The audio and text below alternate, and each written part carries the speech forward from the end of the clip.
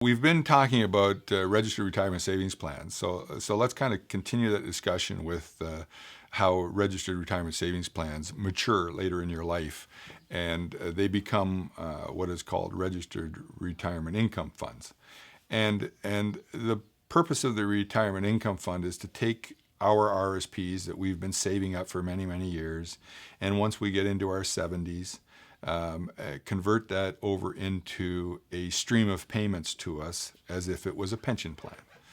Now, there's a couple interesting things about registered retirement income funds, in that, first of all, they really have to be set up from RSPs in the year that you turn 71.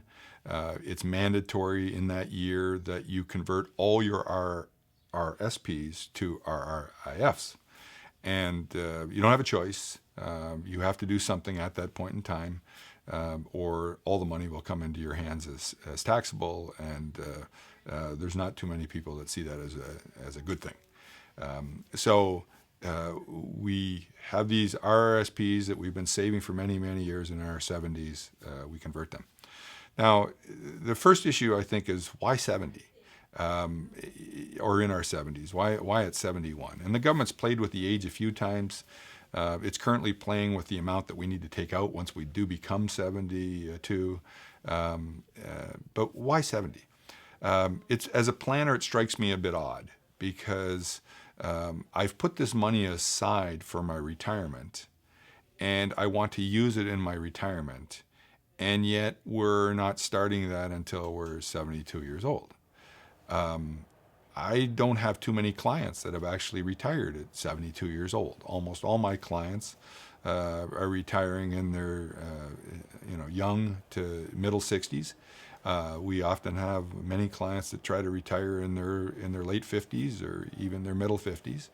But that's a long time from 72 years old. So these were products that were designed to be used from a retirement. And we have so many people that aren't touching them until they get to be 72 years old, when they convert to a RRIF. And it's like, we put all this money away from retirement, but I'm not going to use it until I'm forced to use it. Which, as a financial planner, I don't quite understand. But when I become 72, I have to take it out. Now, the purpose of forcing it out is so the government can bring that that stuff that's inside your RSP into the daylight to be taxed, and this is clear. The government clearly did not want to contemplate having a product where we allowed you to put money into an RRSP. We gave you a refund for putting your money in the RSP, and that if you turned out in retirement that you didn't need that money in your RSP, you could hang on to it for another 25, 30 years and never pay any taxes on that income. That was not acceptable to, I don't think, any government since it's been created. Now, so really the 72 is a political decision to take the pressure off of people having to take it out.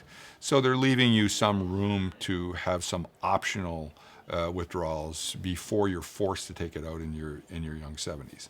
And so if you want to take it out at 62 years old, you're able to do so. You can make a withdrawal from your RSP and so on.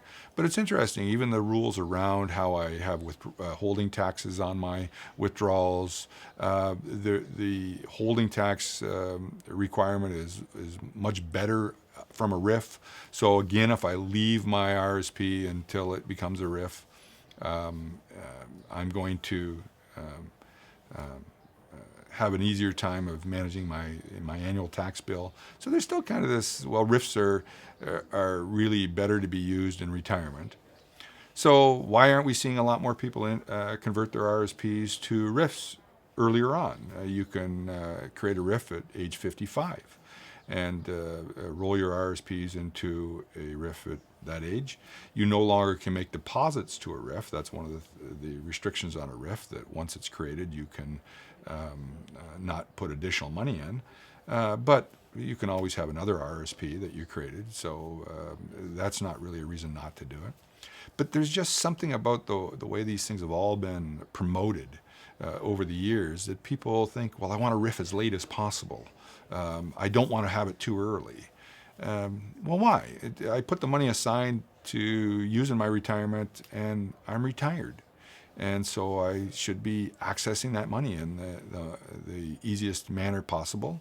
And that's often converting my RSP to a RRIF long before age 72. The other thing that surprised me about the 72 is that, and again, since it's an age that's locked into people's minds, so they don't want to react earlier. But you need more money when you're 50. You need more money when you're 62 years old. You need to be accessing that money to live your life earlier.